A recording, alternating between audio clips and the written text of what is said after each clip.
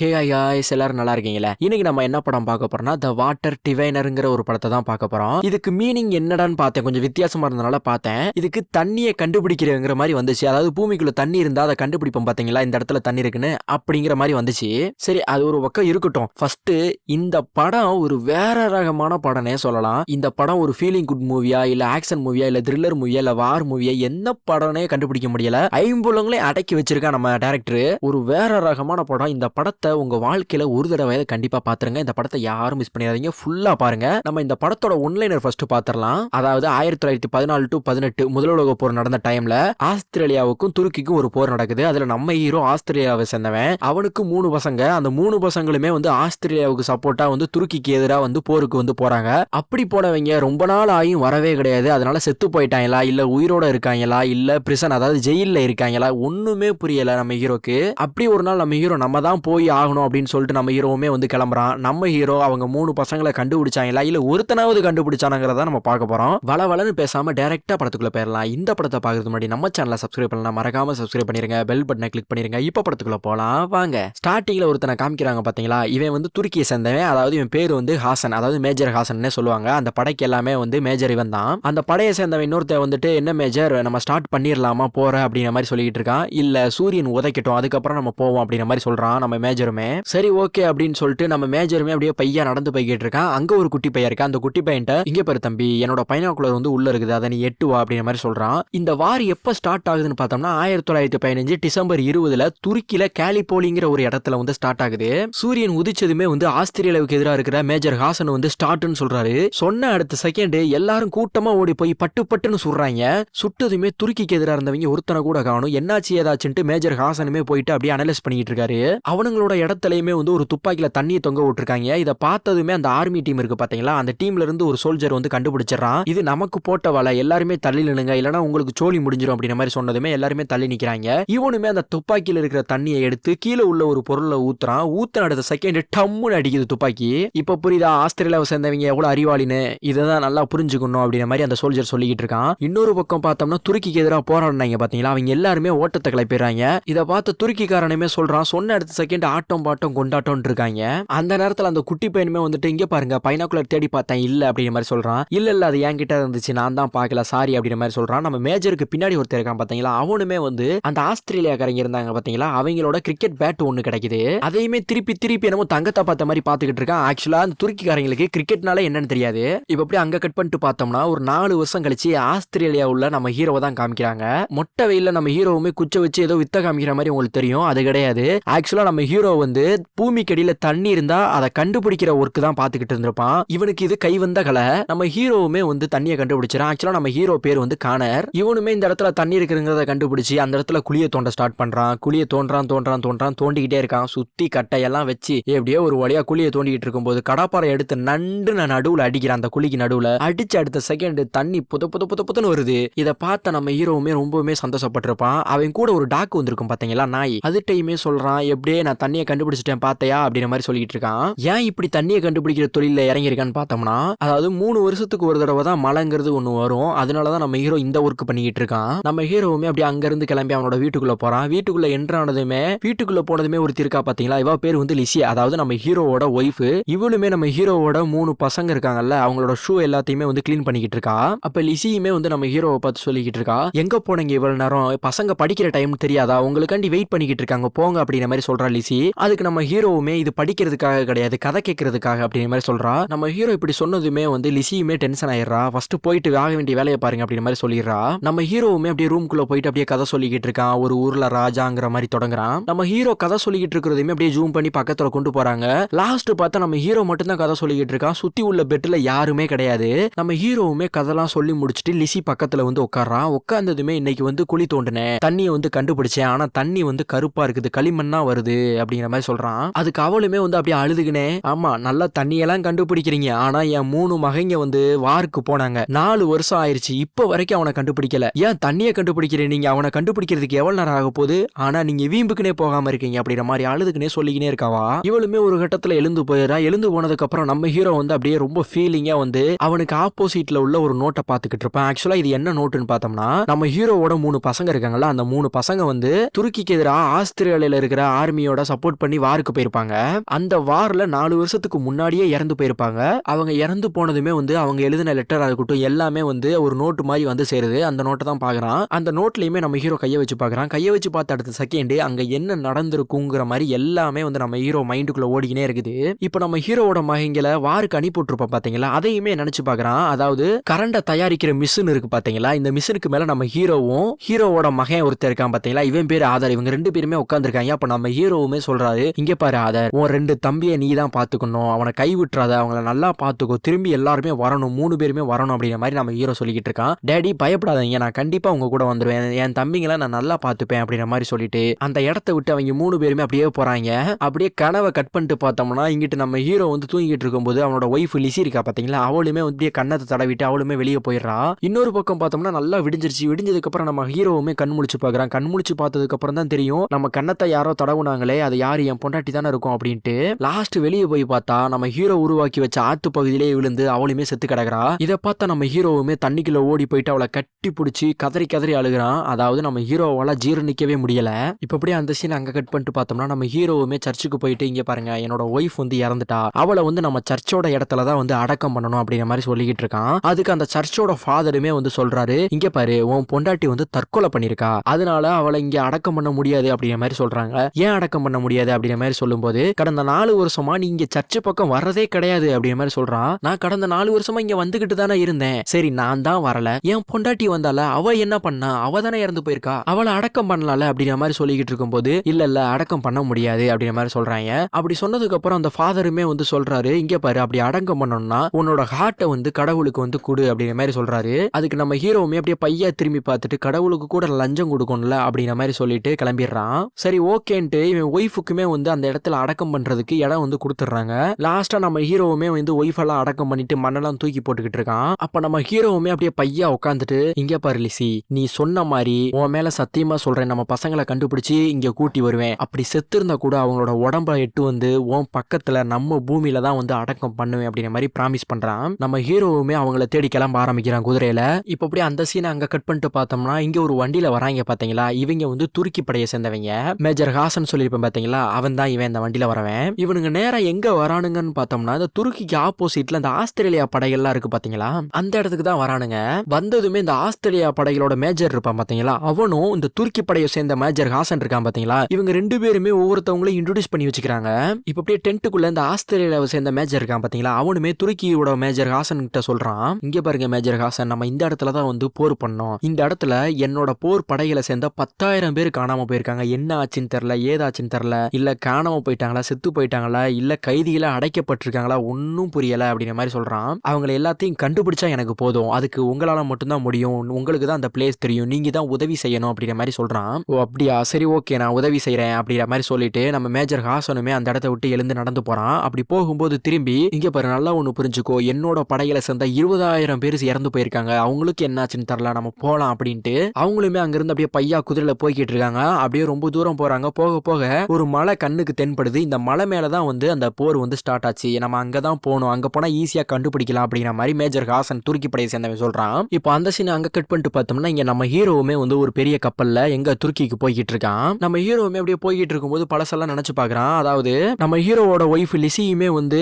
கேனர் பசங்களை காணும்னு சொல்லிட்டு வெளியே ஓடிட்டு வரான். இன்னொரு பக்கம் பார்த்தோம்னா கேனர் வந்து குதிரையை ரொம்பவுமே வேகமா ஓடுறான். இவன் எங்கடா போறான் அப்படின்னு பார்த்தோம்னா நம்ம கேனரோட 3 பசங்களுமே வந்து அங்க ஒரு பெரிய புழுதி புயல்ல வந்து சிக்கிக்கிறாங்க. அங்க இருந்துமே எப்படியே ஒரு வழியா தப்பிச்சு ஓடிறாங்க. ஆனா 3 பேருமே அந்த புழுதி புயல்ல வந்து மாட்டிக்கிறாங்க. எப்படியோ ஒரு வழியா நம்ம கேனருமே வந்து அந்த பசங்களை எல்லாத்தையும் கண்டுபிடிச்சு அந்த புழுதிக்குள்ள போயிட்டு ஒரு பெரிய துணியை போட்டு எப்படியோ ஒரு கட்டி அணைச்சு அவங்க எல்லாத்தையுமே காப்பாத்திடுறான். இங்க பாருங்க எல்லாருமே கண்ணை மூடுங்க, இல்லைன்னா புழுதி எல்லாமே வந்து நம்ம கண்ணுக்குள்ள போயிடும் அப்படிங்கிற மாதிரி சொல்லிக்கிட்டு இருக்கான். சரி ஓகேப்பா நாங்க கண்ணை மூடிக்கிறோம் அப்படின்னு சொல்லிட்டு அவங்களும் கண்ணை மூடிக்கிறாங்க. இப்ப அப்படியே அந்த சீன் அங்க கட் பண்ணிட்டு பார்த்தோம்னா நம்ம ஹீரோவுமே அப்படியே கொஞ்ச நாள் கழிச்சு டிராவல் பண்ணி எப்படியோ ஒரு வழியா துருக்கி வந்துடுறாரு. வந்ததுக்கு அப்புறம் இறங்குனதுமே வந்து அங்க உள்ள ஆபீசர்ஸ் எல்லாம் இருப்பாங்கல்ல, ஆர்மி ஆபீசர்ஸ், அவங்ககிட்ட போயிட்டு இங்க பாருங்க நான் வந்து கேலிபோலி போகணும், அதுக்கு எப்படி போகணும் அப்படிங்கிற மாதிரி கேட்கறான். கேட்டதுக்கு அவங்களுமே இங்க பாரு அங்கெல்லாம் வந்து போக முடியாது, அங்க போறதுக்குலாம் வந்து நம்மகிட்ட வாரண்ட் மாதிரி ஏதாவது வேணும், அது இல்லைன்னா நம்ம போக முடியாது, ஃபர்ஸ்ட் நீ இந்த இடத்த விட்டு காலி பண்ணு, அடுத்தவங்க லைன்ல இருக்காங்க நீ போ அப்படிங்கிற மாதிரி சொல்றான். சரி அங்க இருந்து போயிட்டு இன்னொரு ஆபீசர்கிட்ட கேட்கறான். அவனும் அதே தான் சொல்றான், அங்கெல்லாம் போக முடியாது, வாரண்ட் இருந்தா மட்டும்தான் அங்க போக முடியும், இல்லைன்னா போக முடியாது அப்படிங்கிற மாதிரி சொல்லிக்கிட்டு இருக்கான். இன்னொரு பக்கம் ஒரு குட்டி பையன் என்னன்னா, சார் வாங்க எங்க ஹோட்டலுக்கு வாங்க, எங்க ஹோட்டல் சூப்பரா இருக்கும், அப்படி இருக்கும் இப்படி இருக்கும் கொண்டு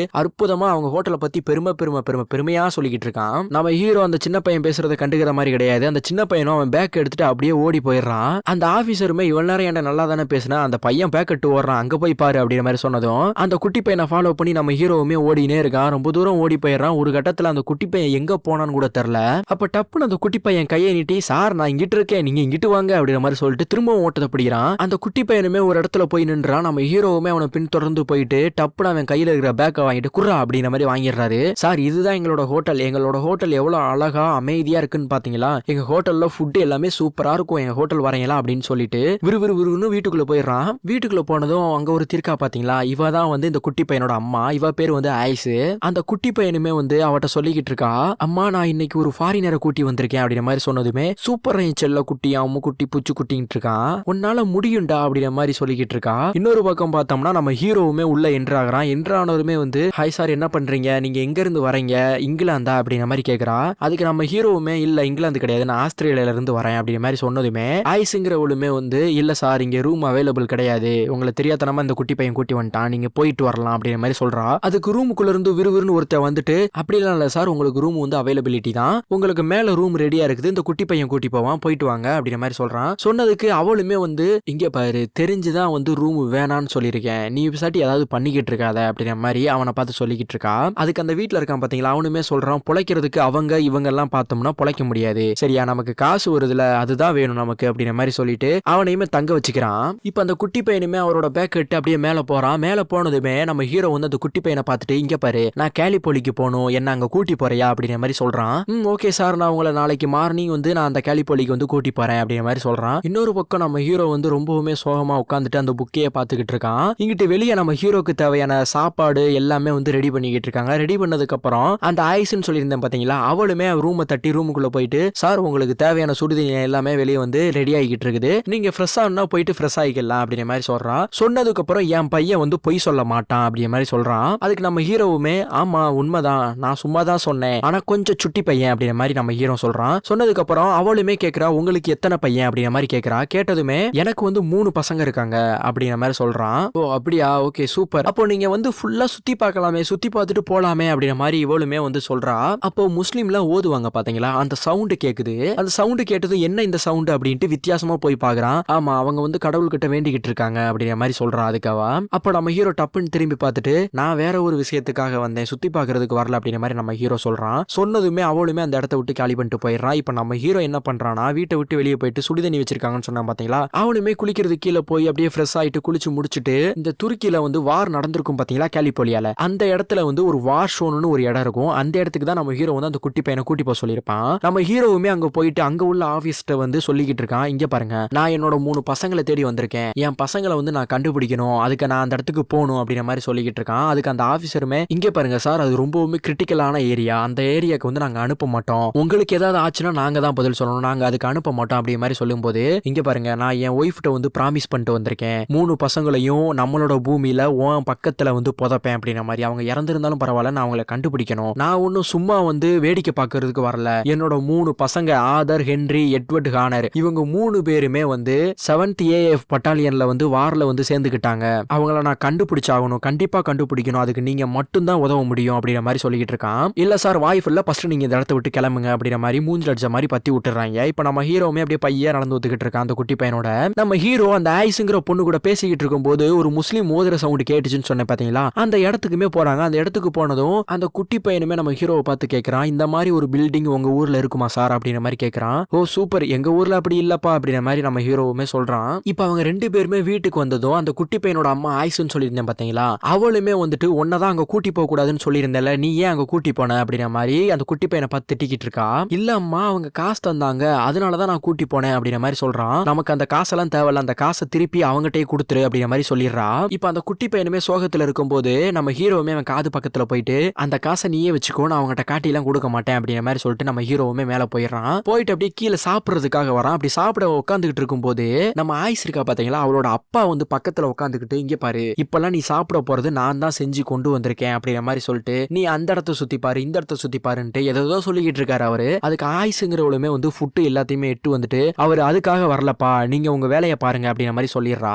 நம்ம ஹீரோ வந்து டப்புன்னு அந்த ஃபுட்டெல்லாம் பார்த்துட்டு எனக்கு ஃபுட்டெல்லாம் எதுவும் வேணாம், எனக்கு ஒரே ஒரு முட்டை மட்டும் வேணும், முட்டை தரீங்களா அப்படிங்கிற மாதிரி கேட்கறான். அதுக்கு ஆன்சர் எதுவுமே சொல்லாம இவளுமே வந்து ரொம்பவுமே கோபமா உள்ள போயிட்டு இவங்களை ஃபர்ஸ்ட் கிளம்ப சொல்லுங்க, இந்த இடம் நல்லா இருந்தது, சந்தோஷமா இருந்தது, இதனாலதான் இவரை அப்பவே சேர்க்க வேணாம்னு சொன்னேன், கேட்டீங்களா அப்படிங்கிற மாதிரி அந்த வீட்டுல ஒருத்தர் இருக்கான் பாத்தீங்களா, அவங்கிட்ட வந்து இவ சொல்லிக்கிட்டு இருக்கா. ஆக்சுவலா இவன் வந்து ஆயிஷோட ஹஸ்பண்ட்லாம் கிடையாது. ஆயிஷோட ஹஸ்பண்ட் இருக்காங்க பாத்தீங்களா, அவங்களோட பிரதர் தான் இது, அதாவது அண்ணன். அதாவது ஆயிஷோட ஹஸ்பண்ட் வந்து நம்ம ஹீரோவோட பசங்க எப்படி ஆர்மி வாருக்கு போயிட்டு காணாம போனாங்களா, என்னாச்சுன்னே தெரியாதங்கிற மாதிரி ஆயிஷோட ஹஸ்பண்டும் அதே மாதிரி ஆர்மிக்கு போயிட்டு என்னாச்சுன்னே தெரியாம தான் இப்ப வரைக்கும் இருக்கா இவளும். அப்ப அந்த அண்ணங்கார இருக்கான்னு சொன்னேன் பாத்தீங்களா, அவனுமே வந்துட்டு இங்க பாரு, நம்ம ஏழ்மையில வாடிக்கிட்டு இருக்கோம், நம்ம சம்பாதிக்கணும், நல்லா சம்பாதிக்க பார்க்கணும், அதுக்கு வழி தேடு, அவங்க இருக்க கூடாது இவங்க இருக்க கூடாதுன்னு சொன்னா நம்மளால சம்பாதிக்க முடியாது, நீ அழகா இருக்க, இந்த அழகை வச்சு எப்படியாவது சம்பாதிக்க பாரு அப்படின்னு சொன்னதும் சரி ஓகேன்னு சொல்லிட்டு அந்த குட்டி பையன் வந்து முட்டையை எடுக்கிறான். முட்டையை அவிச்சு நம்ம ஹீரோ கிட்டையுமே கொண்டு போய் முட்டையை வச்சிடறா. அப்ப ஆயுசுங்கிறவளுமே நம்ம ஹீரோவை பார்த்து கேட்கறா, இங்க பாருங்க உங்களோட உங்க ஒய்ஃப் வரலையா அப்படிங்கிற மாதிரி கேட்கறா. இல்ல என் ஒய்ஃப் வந்து இறந்து போயிட்டா அப்படிங்கிற மாதிரி அவனுமே ரொம்பவுமே வருத்தத்தோட சொல்றா. இப்பதான் இவருக்கு புரியுது ஏதோ ஒரு காரணத்தோட தான் இங்க வந்திருக்காரு அப்படிங்கறத இவ புரிஞ்சுக்கிறான் நல்லாவே. சரி உங்க பசங்களுக்கு என்னாச்சு அப்படிங்கிற மாதிரி கேட்கும்போது அதுக்கு நம்ம ஹீரோ ஆன்சர் பண்ணல. அப்போ இன்னும் கிளியர் ஆயிருது ஆயுசுக்கு, ஏன்னா ஆயுசோட ஹஸ்பண்டும் காணாம தானே போயிருக்காங்க, அதே வருத்தம் தானே இவருக்கு இருக்கும் அப்படிங்கும் போது ஃபுல் கிளியரா அவ புரிஞ்சுக்கிறா. அப்ப அவளுமே சொல்றா, இங்க பாருங்க கேலிபோலிக்கு வந்து ஒரு பர்மிஷன் லெட்டர் இல்லாம நம்ம போகவே முடியாது, அதுக்காண்டி உங்களுக்கு ஒரு வழி சொல்றேன், கடல் வழியா போங்க, சுத்தி போங்க, அதுதான் உங்களுக்கு ஈஸியானது, உங்களை யாரும் கண்டுபிடிக்க மாட்டாங்க, பிடிக்கவும் மாட்டாங்க அப்படிங்கிற மாதிரி சொல்றான். இவனுமே இது கரெக்டான நேரம் அப்படின்ட்டு இவனுமே குளிச்சு கிளம்பி அப்படியே வீட்டுக்கு வெளியே வரான். வீட்டுக்கு வெளியே நடந்து போய்கிட்டு இருக்கும்போது அந்த குட்டி பையனுமே ஒரு கையில போட்டோ வச்சு ஓடியாந்து, சாரி இது எங்க அப்பா வந்து நீங்க வரும்போது கண்டுபிடிச்சிட்டு வரீங்களா அப்படிங்கிற மாதிரி சொன்னதும் நம்ம ஹீரோ அப்போ இந்த வீட்டுக்குள்ள இருக்கிறது யாரு அப்படிங்கிற மாதிரி சொன்னதும் அது என்னோட அங்கிள் அப்படிங்கிற மாதிரி சொல்றான். ஓ அப்படியா, சரி ஓகே, உங்க அப்பாவை கண்டிப்பா நான் கண்டுபிடிச்சு கொண்டு வரேன் அப்படிங்கிற மாதிரி சொல்லும் போது, சார் கண்டிப்பா கண்டுபிடிச்சு கொண்டு வந்துருங்க சார் அப்படின்னு ஏக்கத்தோட அந்த குட்டி பையன் சொல்றான். இப்ப அப்படியே அந்த சீனை கட் பண்ணிட்டு பார்த்தோம்னா இங்க நம்ம ஆஸ்திரேலியாவோட மேஜரும் துருக்கியோட மேஜரையும் தான் காமிக்கிறாங்க. இவங்க ரெண்டு பேருமே வந்து பேசிக்கிறாங்க. அப்படி பேசிக்கிட்டே இருக்கும்போது ஒரு சோல்ஜர் வந்து, சார் யாரையாவது நீங்க வர சொன்னீங்களா அப்படிங்கிற மாதிரி கேட்கறான். இல்ல யாரையும் வர சொல்ல, என்னாச்சு அப்படிங்கிற மாதிரி கேட்கும்போது, சார் கடல்ல பாருங்க தூரத்துல ஒரு போட் வந்துகிட்டு இருக்குது அப்படிங்கிற மாதிரி சொல்றான். ஓ அப்படியா, சரி ஓகே, அவங்க கரைக்கு வந்ததும் அவங்கள என்னோட டென்ட்ல வந்து வெயிட் பண்ண சொல்லுங்க, நான் வரேன் அப்படிங்கிற மாதிரி ஆஸ்திரேலியாவோட மேஜர் வந்து சொல்றாரு. நம்ம ஹீரோ இப்போ வந்ததுமே ஆஸ்திரேலியா மேஜர் என்ன சொல்றாருன்னா, இங்க பாருங்க நாங்களே ஆல்ரெடி பிரச்சனையில இருக்கோம், எல்லா இடத்துலயும் கண்ணி வெடி வச்சிருக்காங்க, எங்க நடக்கிறதுன்னு கூட தெரியல, நிறைய சோல்ஜரை நாங்க இழந்திருக்கோம், நீங்க உங்க மகனை இழந்த மாதிரி, அதனால எந்த ஹெல்ப்பும் எங்கிட்ட இப்போதைக்கு கேட்காதீங்க அப்படிங்கிற மாதிரி சொல்றாரு. இல்ல இல்ல இல்ல நீங்க சொல்றதுல எனக்கு நல்லாவே புரியுது, இங்க பாருங்க என் பையன் ஆகஸ்ட் 7th எனக்கு லாஸ்டா வந்து இந்த டைரியில வந்து எழுதியிருக்கான், கண்டிப்பா என் பையன் உயிரோட இருக்கணும், அப்படி இல்லைனாலும் பரவாயில்ல என் பையனை தேடியாவது கண்டுபிடிச்சு கொடுத்துருங்க, என்னையும் கூட்டி போங்க, நான் உங்களுக்கு உதவி செய்யறேன் அப்படிங்கிற மாதிரி சொல்லிக்கிட்டு இருக்கான். ஆனா அதுக்குமே நம்ம மேஜர் வந்து மறுத்துறாரு. நம்ம ஹீரோவோட பசங்களோட போட்டோவுமே கீழே விழுகுது, அதையுமே இந்த துருக்கி மேஜர் வந்து எடுத்து கொடுக்குறாரு, இந்தாங்க அப்படிங்கிற மாதிரி. இப்ப நம்ம ஹீரோவும் அப்படியே அங்க இருந்து கிளம்புறான். நம்ம ஹீரோ அப்படியே விட்டுட்டு போயிருப்பான்னு நினைக்கிறீங்க, அப்படிலாம் கிடையாது. எல்லா தகப்பனுக்கும் அவன் புள்ளனாலே ரொம்ப இஷ்டம், அவன் பிள்ளைய விட இந்த உலகத்துல வேற எதுவுமே கிடையாது. அதனால நம்ம ஹீரோ பீச்சரமா ஒரு டென்ட்டை போட்டு தீய போட்டு அவன் சாட்டி உட்காந்துருக்கான். இப்போ நம்ம ஆஸ்திரேலியா மேஜருக்குமே வந்து ஃபுட் ரெடி பண்ணுவாங்க பாத்தீங்களா, அதுல ஒருத்தர் வந்துட்டு, இங்க பாருங்க மேஜர் உங்களுக்கு நல்லா சமைச்சு கொண்டு வந்திருக்கேன், ஆனா சாப்பிடறதுக்கு முன்னாடி நீங்க ஒரு விஷயத்த பார்த்தே ஆகணும், வாங்க அப்படின்னு சொல்லிட்டு கூட்டி போறான். கூட்டி போனதும் மேஜரை வந்து பாக்குறாரு. ஓ இவன் இன்னும் போலையா, சரி ஓகே அவனுக்கு பசிக்கு அவனுக்கு சாப்பாடு கொண்டு போய் கொடு, அவனை நாளைக்கு பாத்துக்கலாம் அப்படிங்கிற மாதிரி சொல்றாரு. துருக்கி மேஜர் வந்து ஆஸ்திரேலியா மேஜர்கிட்ட வந்து நீங்க எப்ப அவனை அனுப்ப போறீங்க அப்படிங்கிற மாதிரி கேட்கிறாரு. இன்னும் 2 நாள்ல கப்பல் வந்துடும், அதுல வந்து அவனை அனுப்ப விட வேண்டியதான் அப்படிங்கிற மாதிரி சொல்லும் போது துருக்கி மேஜருமே சொல்றாரு, இன்னும் 2 நாள் இருக்குதுல அதுக்கு அவனுக்கு ஹெல்ப் ஆவது பண்ணலாம்ல அப்படிங்கிற மாதிரி கேட்கும்போது, மேஜர் நம்ம ஆல்ரெடி ப்ராப்ளத்துல இருக்கோம், அதுல இவனுக்கு ஒருத்தனுக்காண்டி நம்ம போயிட்டு கஷ்டப்படணுமா அப்படிங்கிற மாதிரி ஆஸ்திரேலியா மேஜர் வந்து கேட்கிறாரு. இங்க பாருங்க நிறைய சோல்ஜர் வந்து இறந்து போயிருக்காங்க, அதுல மகனை காணும்னு தேடி வந்த ஒரே தகப்பை இவன் மட்டும்தான், இவனுக்கு நம்ம ஹெல்ப் பண்ணணும், இவனுக்கு ஹெல்ப் பண்ணி ஆகணும், விட்டுறக்கூடாது அப்படிங்கிற மாதிரி சொல்லிக்கிட்டு இருக்காரு. அப்போ ஆஸ்திரேலியா மேஜருமே சரி ஓகே பிளானை சேஞ்ச் பண்ணுங்க அப்படிங்கிற மாதிரி அவங்க சோல்ஜர்கிட்ட சொல்றாங்க. இப்ப அப்படி அடுத்த நாள் என்ன பண்றாங்கன்னா, போர் நடந்திருக்கும் பாத்தீங்களா துருக்கிக்கும் ஆஸ்திரேலியாவுக்கும், அதாவது கேலிபோலிங்கிற ஒரு இடத்துல அந்த பிளேஸ்க்கு வந்து போறாங்க. அங்க பார்த்தா நிறைய மண்டையோடுலாம் இருக்குது. அதை பார்த்ததுமே அங்க உள்ள சோல்ஜர் நம்ம ஹீரோவை பார்த்துட்டு, இங்க பாரு இது பயப்படாத, இது எதிரியோட மண்டையோடு தான், நீ பயப்பட வேண்டிய அவசியம் இல்லைன்ட்டு எல்லாருமே போயிட்டு தேடிக்கிட்டே இருக்காங்க. இன்னொரு பக்கம் பார்த்தோம்னா நம்ம துருக்கி மேஜரா இருக்கட்டும், இங்க வந்து பீரங்கி இருந்தது, செத்தவங்க எல்லாத்தையும் இங்க தான் கும்பிச்சு வச்சோம் அப்படி இப்படின்ட்டு எல்லாத்தையும் சொல்லிக்கிட்டு இருக்காரு. இன்னொரு பக்கம் பார்த்தோம்னா நம்ம ஹீரோ என்ன வேலை பாக்குறான்னு சொல்லியிருந்தேன், தண்ணி பூமிக்குள்ள எங்க இருக்குதுன்னு கரெக்டா கண்டுபிடிப்பான். நம்ம ஹீரோ அந்த வேலையை தான் பாத்துக்கிட்டு இருக்கான். அதே மாதிரி என்னோட மகன் எந்த இடத்துல மண்ணுல புதஞ்சு போயிருக்கான் அப்படிங்கறத அந்த குச்சை வச்சே கண்டுபிடிக்கிறாரு. அவரும் அப்படியே தேடினே இருக்காரு. தேட தேட இவங்களோட பசங்க வந்து சண்டை போட்டிருப்பாங்க பாத்தீங்களா போர்ல, அது எல்லாமே நம்ம ஹீரோக்கு மண்டைக்குள்ள வந்துட்டு போய்கிட்டு இருக்குது. அப்போ ஆஸ்திரேலியாவை சேர்ந்த போர் வீரர்கள் இருக்கட்டும், இவங்க எல்லாருமே பயங்கரமா சண்டை போடுறாங்க, முன்னோக்கி போறாங்க, துருக்கி சோல்ஜர் எல்லாத்தையும் கொண்டுட்டு இப்படியே போய்கிட்டே இருக்கும்போது நம்ம ஹீரோவோட 3 பசங்களையும் காமிக்கிறாங்க.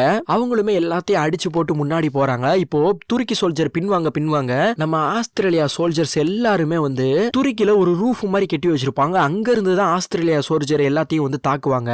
ஆனா நம்ம ஆஸ்திரேலியா சோல்ஜர் எல்லாருமே அந்த ரூஃபுக்குள்ளேயே போயிட்டு எல்லாத்தையும் மானாங்கானிக்கு அட்டிக்க வேண்டியது, கத்தி எடுத்து குத்த வேண்டியது எல்லாமே பண்ணி பயங்கரமா முன்னேறிக்கிட்டு இருந்தாங்க. ஆனா ஒரு கட்டத்துல துருக்கி சோல்ஜர்ஸ் எல்லாருமே என்ன பண்றாங்கன்னா ஆப்போசிட்ல உள்ள ஆஸ்திரேலியா சோல்ஜரை கொன்னே ஆகணும் அப்படின்னு சொல்லிட்டு துப்பாக்கி எடுத்து மானாங்கானிக்க சொல்றாங்க. அதுல வெட்ட வெளியில இருந்த நம்ம ஹீரோவோட மகன் ஆதர் வந்து காலிலே சுட்டுறாங்க.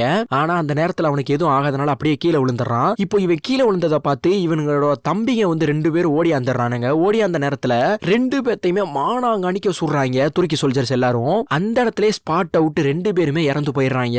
கதறாங்க, கத்துறாங்க, ஒன்னும் பண்ண முடியல. அவ்வளவுதான், இவங்களுக்கு சோலி முடிஞ்சிருச்சு. இது எல்லாத்தையுமே நம்ம ஹீரோ வந்து நினைச்சு பார்த்துக்கிட்டே இருக்கான். இன்னொரு பக்கம் பார்த்தோம்னா துருக்கி மேஜர் இருக்கார்ல, அவர் சொல்றாரு, நான் பண்ணுனதுலேயே கொடுமையான விஷயம் என்னன்னு பார்த்தோம்னா இந்த ரூஃப் கெட்டினதான். இந்த ரூஃபுக்குள்ள இருந்துட்டு யாராலையும் தப்பிக்க முடியல என்னோட சோல்ஜரால. அதனால ஆஸ்திரேலியா சோல்ஜர், அதாவது உங்க டீம் எல்லாருமே வந்து மானாங்கானிக்க கொன்னுட்டாங்க, அடிச்சே கொன்னுட்டாங்க. அதுல நான் மட்டும் தான் உயிர் பொழைச்சி எப்படியோ தப்பிச்சு போனேன், அதுவுமே கடவுள் புண்ணியம், அப்படி இப்படின்ட்டு எல்லாத்தையுமே பேசிக்கிட்டு இருக்காங்க. சரிடா, இப்படி வேற ரகமா சண்டை போட்டிருக்காங்க, பயங்கரமா சண்டை போட்டிருக்காங்க 2 டீமும். அப்போ துருக்கி மேஜரும் ஆஸ்திரேலியா மேஜரும் எப்படிடா ஒண்ணு சேர்ந்தாங்க ராஜு சொல்றா அப்படிங்கிற மாதிரி கேப்பீங்க. நல்லா ஒண்ணு புரிஞ்சுக்கணும், போருங்கிறது இரு மனுஷனுக்கு இடையிலையும் மனசுக்கு இடையிலையும் வர்றது கிடையாது. இந்த போர் எதுக்காக வந்துச்சுன்னா இடம், பிளேஸ். இந்த இடம் எனக்கு, அந்த இடம் உனக்குங்கிறனால மட்டும்தான் அந்த சண்டை வந்துச்சு. அதனாலதான் மட்டும்தான் இந்த போர் வந்துச்சு. இந்த போர் மட்டும் கிடையாது, முதல் உலக போர்னாலே நிறைய போர் வெடிச்சிச்சு எல்லா கண்ட்ரிக்கு இடையில. அந்த போர் எல்லாமே இதனால மட்டும்தான் வந்ததுங்கிறத தெளிவா சொல்றாங்க. மேஜர் இன்னுக்குள்ளதான் என் மகன் இருக்கா, இவனை வந்து தோண்டி எடுங்க அப்படிங்கிற மாதிரி சொல்றான். அதே மாதிரியே அந்த சோல்ஜர்ஸ் எல்லாரும் வந்து தோன்றாங்க. அதுல ஃபர்ஸ்ட் மகனோட செயின் கிடைக்குது. அதே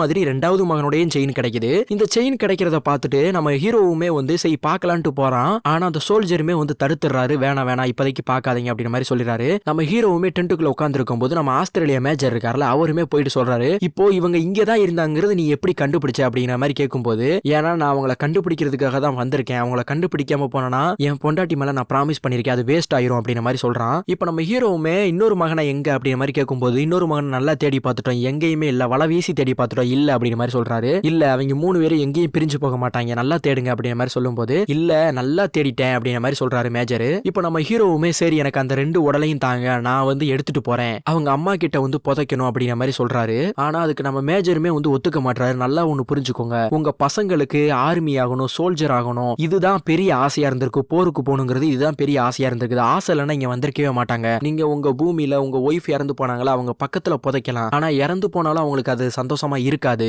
மொத்தமா 2000 பேர்கிட்ட இறந்திருக்காங்க, அப்படிலாம் விடக்கூடாது, நம்ம இங்கதான் புதைக்கணும், அதுதான் உங்க பசங்களுக்கான மதிப்பு அப்படிங்கிற மாதிரி சொல்றாரு. அதுக்கு நம்ம ஹீரோவுமே சரி ஓகேன்ட்டு ஒத்துக்கிறாரு. அதே மாதிரி நம்ம ஹீரோவோட 2 பசங்களையுமே வந்து புதைச்சிடுறாங்க. இப்ப அப்படியே இன்னொரு நாள் பார்த்தோம்னா துருக்கி மேஜர் கிட்ட சோல்ஜர் வந்துட்டு, இங்க பாருங்க துருக்கியை வந்து கிரீஸ்காரங்க வந்து புடிச்சிட்டாங்க, அதாவது கிரீஸ்னா யூரோப்காரங்க, அவங்க வந்து புடிச்சிட்டாங்க, இது நமக்கே ஆபத்துல முடியலாம் அப்படிங்கிற மாதிரி சொல்லிக்கிட்டு இருக்கும்போது, சரி ஓகே கூடி சீக்கிரத்துல நம்ம வேலையை முடிக்கலாம் பார்க்கலாம் அப்படிங்கிற மாதிரி பேசிக்கிட்டு இருக்காங்க.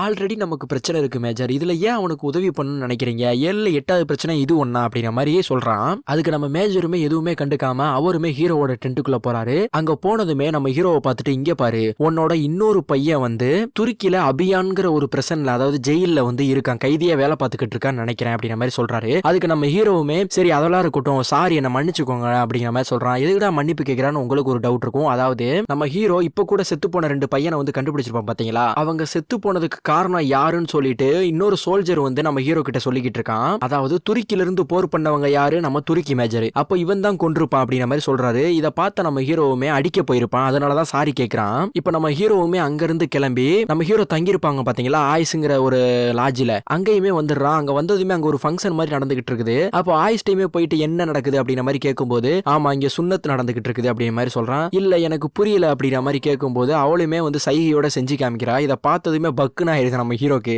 ஹாய் சார், எனக்கும் அந்த இடத்துல புண்ணு வந்திருக்குதா சார் பாக்குறீங்களா அப்படிங்கிற மாதிரி அந்த சின்ன பையனும் அப்படி ஜாலியா கேட்கிறான். ஐயோ வேணாம் அப்படிங்கிற மாதிரி நம்ம ஹீரோவுமே சொல்லிடுறான். இப்ப அந்த வார் ஜோன்னு சொல்லிருப்பேன் பாத்தீங்களா, அந்த இடத்துல இந்த துருக்கி மேஜருமே போய்கிட்டு இருக்காரு. அவருக்கு பின்னாடியே நம்ம ஹீரோவுமே போயிட்டு, இங்க பாருங்க எனக்கு ஒரே ஒரு ஹெல்ப் பண்ணுங்க, என் பையன் இருக்கிற பிரிஷன ஜெயில யாருமே சொல்ல மாட்டாங்க, நீங்களாவது சொல்லுங்க எங்க இருக்காங்கிறத அப்படிங்கிற மாதிரி கேட்கும்போது, அதுக்கு அந்த மேஜருமே சொல்றாரு, நான் ஆல்ரெடி ஹெல்ப் பண்ணி நான் களைச்சு போயிட்டேன், என்கிட்ட ஹெல்ப் பண்ணேன்னு கேட்காத அப்படிங்கிற மாதிரி சொல்லிட்டு போயிறாரு. இப்போ இன்னொரு பக்கம் அந்த வார் சோன் இருக்குல்ல, அதோட சோல்ஜர் இருப்பாரு பாத்தீங்களா, அவருமே வந்துட்டு, இங்க பாரு உன்னை நான் அப்பவே கிளம்புன்னு சொல்லிட்டேன், ஏன் இங்க இருக்க, ஃபர்ஸ்ட் உன்னோட பாஸ்போர்ட் கொடு அப்படிங்கிற மாதிரி சொல்றாரு. பாஸ்போர்ட்டையுமே எடுத்து நம்ம ஹீரோ கொடுத்ததுமே, நீ எவ்வளவு சீக்கிரத்துல நீ இங்க இருந்து கிளம்புறியோ அதுதான் உனக்கு நல்லது அப்படிங்கிற மாதிரி சொல்றாரு. இல்ல நான் என் மகனை தேடி தான் போவேன் அப்படிங்கிற மாதிரி நம்ம ஹீரோ சொன்னதுமே, நல்லா ஒண்ணு புரிஞ்சுக்கோ, இப்ப வரைக்கும் உன் பையன் உன்னை தேடி வரல, அப்போ ஒரே காரணம் தான் உன் மகன் செத்துருப்பான், அதனால நீங்க இருந்து கிளம்பிரு. உன் பையன் வார் பண்ணிக்கிட்டு இருந்தப்போ 1-2 போர் நடக்கல, ஏகப்பட்ட போர் நடந்தது. அதாவது ரஷ்யாவுக்கும் பிளாசிக்கும் நடந்தது, அதே மாதிரி பிரான்ஸ் இத்தாலி 2 சேர்ந்து எஜியனை வந்து தாக்கியது, இந்த மாதிரி நிறைய போர் நடந்தது. அதனால உன் பையன் செத்து போயிருப்பான், நீ இங்க இருந்து கிளம்பு, அப்படியே கல்கத்தா வழியா மறைஞ்சு கூட போயிரு, இங்க இருக்காத.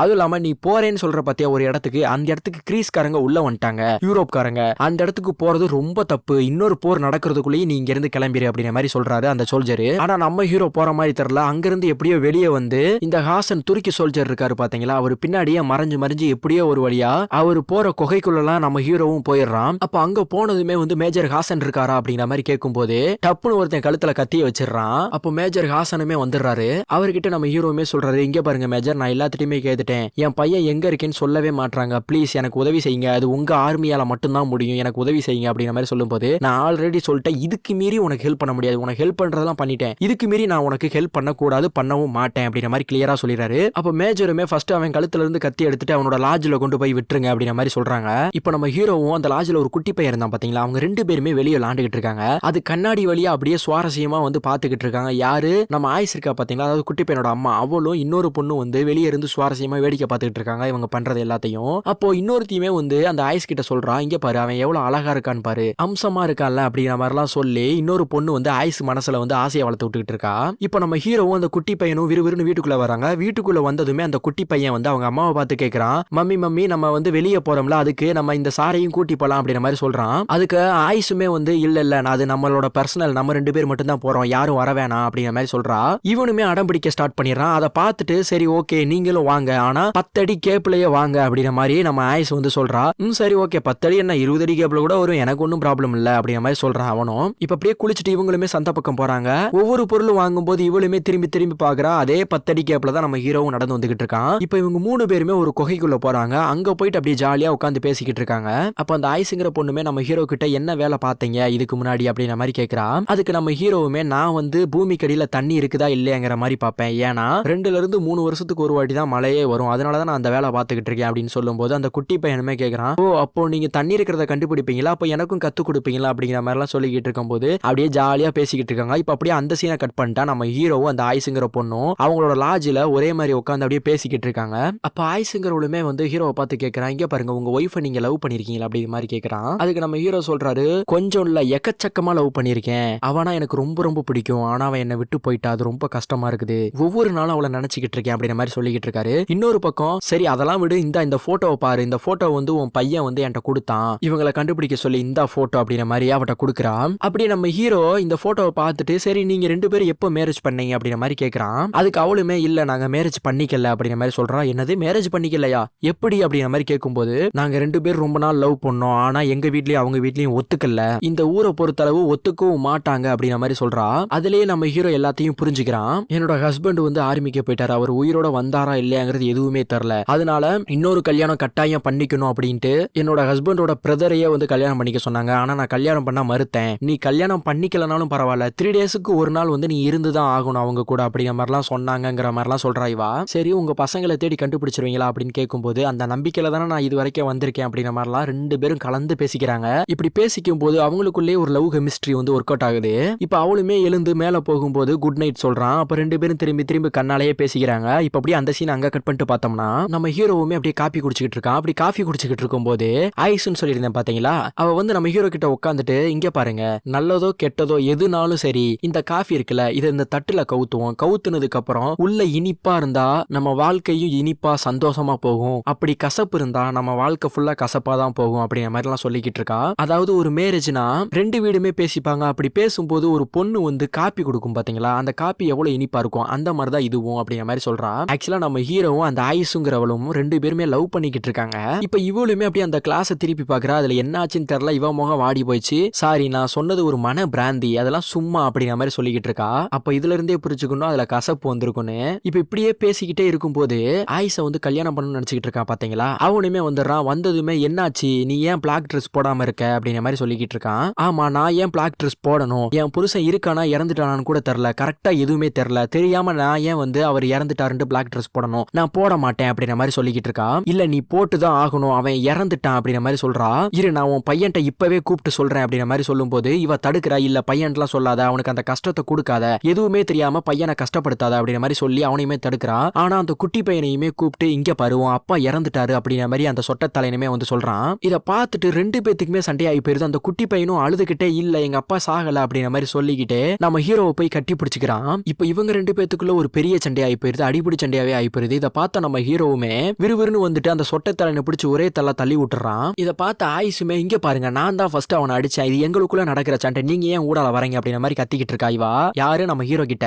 இப்போ அந்த சொட்ட தலையுமே நீ வெளியே தானே வருவ, நீ வெளியே வாடி உன்னை கொல்றேன் அப்படிங்கிற மாதிரி சொல்லிட்டு போயிடுறான். இப்போ நம்ம ஆயுசுமே வந்து நம்ம ஹீரோ கிட்ட கத்திக்கிட்டு இருக்கா. இங்க பாருங்க நான் தான் ஃபர்ஸ்ட் அவனை அடிச்சேன், அதுக்கப்புறம் தான் என்ன அடிச்சான், நீங்க வராதங்க எங்களுக்குள்ள, இப்படியே வந்தனாலதான் என் புருஷன் போயிட்டான்னு சொல்லிட்டு இப்போ வரைக்கும் அவன் என்ன அடைய பாத்துக்கிட்டு இருக்கான். எனக்கு அவனை சுத்தமா பிடிக்கல, யாரையுமே எனக்கு சுத்தமா பிடிக்கல, என் புருஷன் எப்ப வந்தாலும் சரி அவனுக்காக நான் காத்திருப்பேன் அப்படிங்கிற மாதிரி சொல்றா. இந்த மாதிரி நடக்கிறதுனாலதான் என் பையனும் நானும் அனாதையா இப்ப வரைக்கும் நிக்கிறோம் அப்படிங்கிற மாதிரி சொல்றான். அப்ப நம்ம ஹீரோவுமே இங்க பாரு நான் 3 பையனை வளர்த்திருக்கேன், 3 பையனை வளர்த்த எனக்கு இந்த ஒரு பையனை என்னால வளர்க்க முடியாதா, நான் வளர்ப்பேன் அப்படிங்கிற மாதிரி சொல்லிக்கிட்டு இருக்கான் நம்ம ஹீரோ. இல்ல பரவாயில்ல இதுக்கப்புறம் நீங்க இங்க வராதீங்க, ஃபர்ஸ்ட் நீங்க இந்த வீட்டை விட்டு காலி பண்ணுங்க அப்படிங்கிற மாதிரி வெறித்தனமா சொல்லிடுறா இவளுமே. இதை பார்த்த நம்ம ஹீரோவுமே ரொம்பவுமே மனசு கஷ்டப்பட்டு அவனும் அந்த வீட்டுல இருந்து கிளம்புறான். அப்படி கிளம்பும் போது அந்த குட்டி பையன் படிக்கட்டுக்கிட்டு நின்னு இங்க பாருங்க அம்மா இப்படிதான் கோவப்படுவாங்க, ஆனா அதுக்கப்புறம் சரியாயிருவாங்க, அதுக்கப்புறமா திரும்பவும் ரொம்ப கஷ்டப்படுவாங்க, நீங்க இங்க இருந்து போகாதீங்க சார், எங்க கூடயே இருங்க, நீங்க இருந்த ஜாலியா இருக்கு சந்தோஷமா இருக்கு அப்படிங்கிற மாதிரி அந்த குட்டி பையன் சொல்லிக்கிட்டு இருக்கான். இல்லடா நீ பாத்து இரு நான் போயிட்டு வரேன் அப்படிங்கிற மாதிரி சொல்லிட்டு நம்ம ஹீரோவுமே கதவு திறந்து வெளியே போறான். வெளியே போனதுமே அந்த சொட்டத்தலை இருக்கான் பாத்தீங்களா, சொன்ன மாதிரியே செஞ்சுட்டாங்க. அதாவது 4-5 பேரை கூட்டி வந்து நம்ம ஹீரோவை அடின்னு அடிக்கிறான், புரட்டுற மாதிரி புரட்டி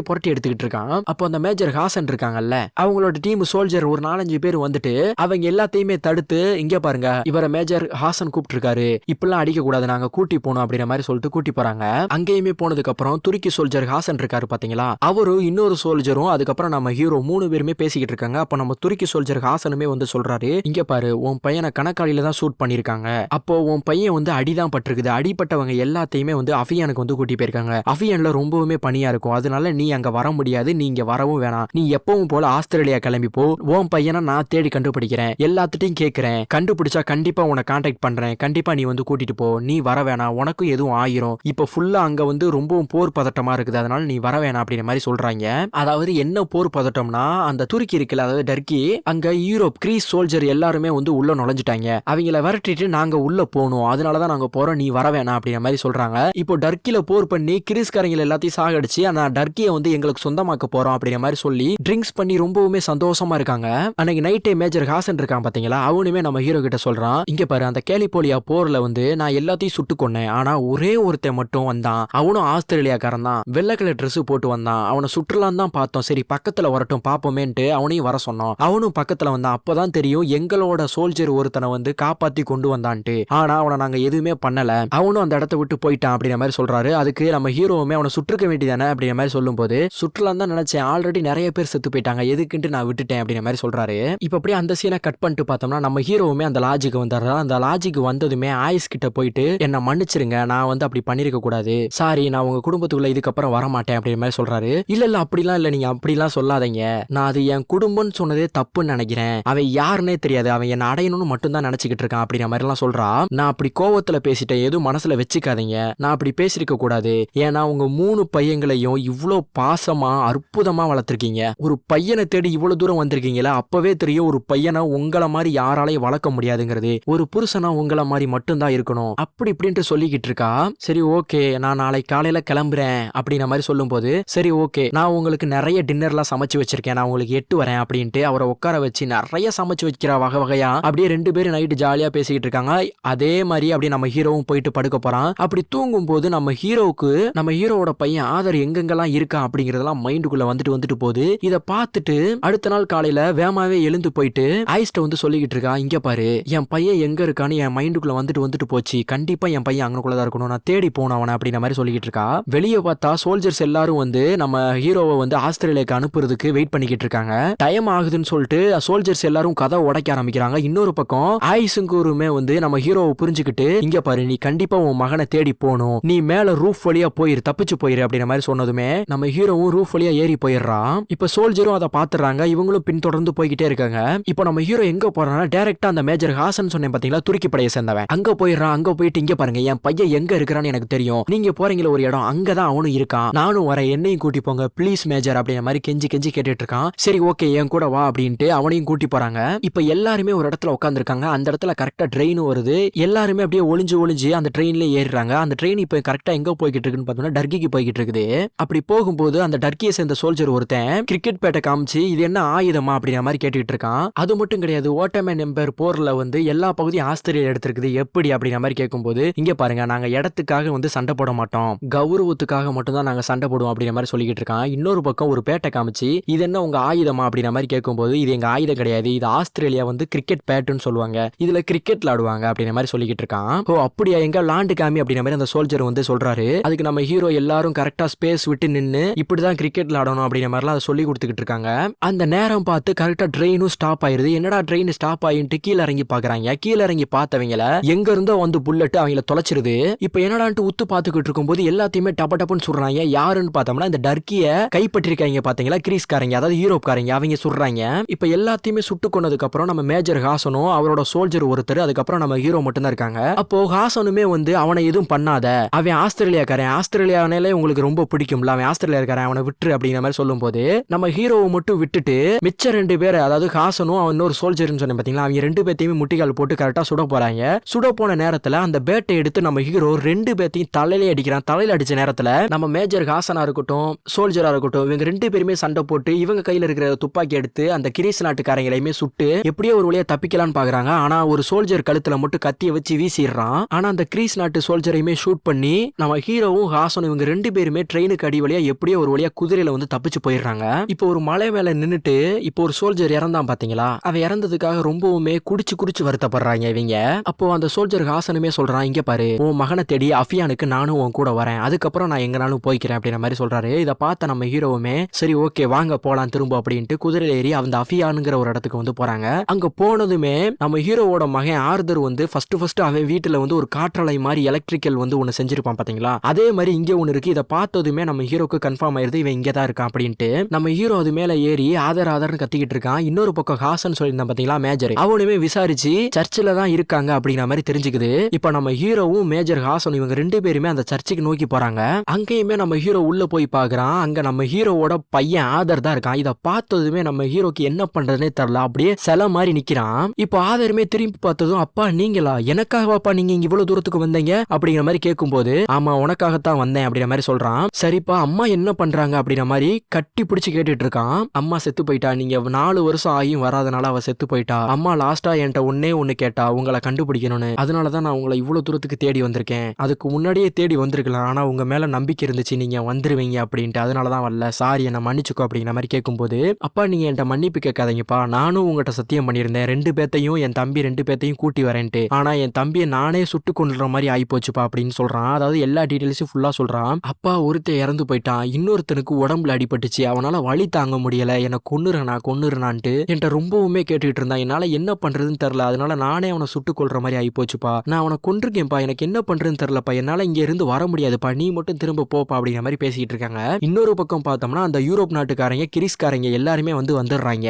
அப்போ மேஜர் ஹாசனுமே நான் இங்க இருந்து கிளம்பணும் அப்படின்னு சொல்லிட்டு குதிரையில ஏறி உட்காந்து, இங்க பாரு ஹீரோ வெள்ளை கலர் ட்ரெஸ் போட்டுட்டு எங்க சோல்ஜர் ஒருத்தனை தூக்கிட்டு கொடுத்தான்னு சொன்னேன் பாத்தீங்களா, அது வேற யாரும் கிடையாது, அது உன் மகன் தான், அது மட்டும் கிடையாது என்னோட சிகரெட் பாக்கெட்டை திருடிட்டு போனது உன் மகன் தான் அப்படின்ட்டு சிரிச்சுக்கிட்டே சொல்றாங்க. அதுக்கு நம்ம ஹீரோவுமே லைட்டா அப்படியே ஒரு புன்னகையை போட்டுட்டு நம்ம ஹீரோவும் அவன் பையனும் அங்கிருந்து தப்பிச்சு மலையில எல்லாம் ஏறி போறாங்க. இவங்க போறத பார்த்துட்டு அந்த கிரீஸ்காரங்கன்னு சொன்னேன் பாத்தீங்களா, அவங்களுமே பீரங்கி குண்டெல்லாம் வச்சு சுடுறாங்க, ஷூட் பண்றாங்க, அவங்கள பின்தொடர்ந்து போறாங்க. அது எல்லாத்தையுமே தாண்டி ஒரு 6 பகுதி ஓடுது, அந்த இடத்துக்கு போயிடுறாங்க.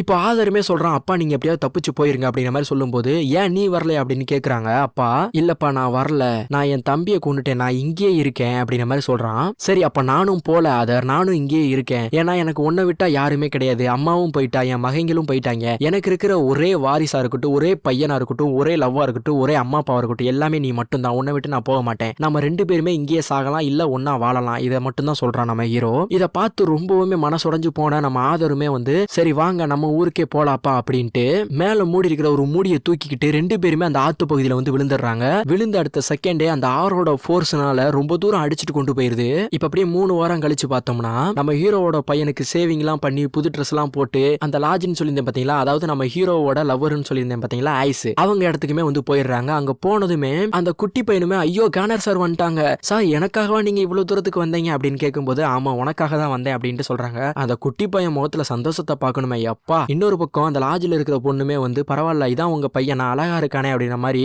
4 பிட்ட போட்டுக்கிட்டு இருக்கா. இப்ப நம்ம ஹீரோவுமே வந்து ஆயிஸை தேடி அப்படியே அங்கிட்டு இங்கிட்டு சுத்தி பார்த்துனே போயிட்டு ஒரு டேபிள் மேல உட்கார்றான். அதுக்கு ஆப்போசிட்ல தான் அவ இருக்கா ஆயிஸ். ஆனா ஆயிஸ் நம்ம ஹீரோவை பார்த்துட்டு எந்த ஒரு எக்ஸ்பிரஷனுமே பண்ணல. அவளுமே நார்மலா வந்து காப்பியை வைக்கிறா. அப்ப நம்ம ஹீரோவுமே உன் ட்ரெஸ் ரொம்ப அழகா இருக்கு அப்படின்ற மாதிரி சொல்றான். ஓ அப்படியா, ஓகே அப்ப நீங்க சொல்லிருக்கீங்களா, அப்போ கண்டிப்பா அழகா தான் இருக்கும் அப்படின்ற மாதிரி அவளுமே சொல்றா. சரி நான் திரும்ப வந்திருக்கேன், ஒரு எக்ஸ்பிரஷனுமே உன் மூஞ்சில காணுமே அப்படின்ற மாதிரி சொல்லும்போது நீங்க ஒரு 3 வாரத்துக்கு முன்னாடி நான் கொடுத்த காஃபியை குடிச்சிட்டு வச்சீங்கல்ல, அப்பவே எனக்கு தெரியும் நீங்க திரும்ப வருவீங்கன்ட்டு சிம்பிளா இப்படி சொல்லிட்டு போயிடுறா. சரி காஃபியாவது குடிப்போம் அப்படின்ட்டு காஃபியை குடிக்கிறான். காஃபியை குடிச்சு பார்த்தா காஃபி நல்லாவே கிடையாது. ஏன்னா 3 வாரத்துக்கு முன்னாடி நம்ம ஹீரோ குடிச்சிட்டு வச்சான் பாத்தீங்களா காஃபி, அந்த காஃபி தான் இந்த காஃபி. அந்த செகண்ட்ல நம்ம ஹீரோ ஆயிஸை பார்த்து ஒரு லுக் விடுவான் பாத்தீங்களா, வேற லெவல்ல இருக்கும். அதே மாதிரி ஆயிஸும் நம்ம ஹீரோவை பார்த்து ஒரு லுக் விடுவாங்க. அதாவது இவங்க 2 பேத்துக்குள்ள கெமிஸ்ட்ரி ஒர்க் அவுட் ஆச்சுன்னு சொன்னேன் பாத்தீங்களா, அது கம்ப்ளீட் ஆயிருச்சு. அப்படியே ஒரு லவ்வோட இந்த படத்தை முடிச்சிடுறாங்க. நீங்க இந்த படத்துல லவ் பார்த்திருப்பீங்க, ஆக்ஷன் பார்த்திருப்பீங்க, த்ரில்லர் பார்த்திருப்பீங்க, ஃபீலிங் பார்த்திருப்பீங்க, எல்லாத்தையும் கலந்து எப்படி படத்தை எடுத்து வச்சிருக்காங்கன்னு பாத்தீங்களா. இந்த மாதிரி படத்தை பார்க்கணும்னு நினைச்சீங்கன்னா நம்ம சேனலை சப்ஸ்கிரைப் பண்ணி வச்சுக்கோங்க. நம்ம சேனலை சப்ஸ்கிரைப் பண்ணா மட்டும்தான் நம்ம போடுற ஒவ்வொரு படமும் நோட்டிபிகேஷன் உங்க மொபைல் தேடி வரும். நம்ம சேனலை சப்ஸ்கிரைப் பண்ணலாம், மறக்காம சப்ஸ்கிரைப் பண்ணிருங்க, பெல் பண்ண கிளிக் பண்ணிருங்க. வரட்டா.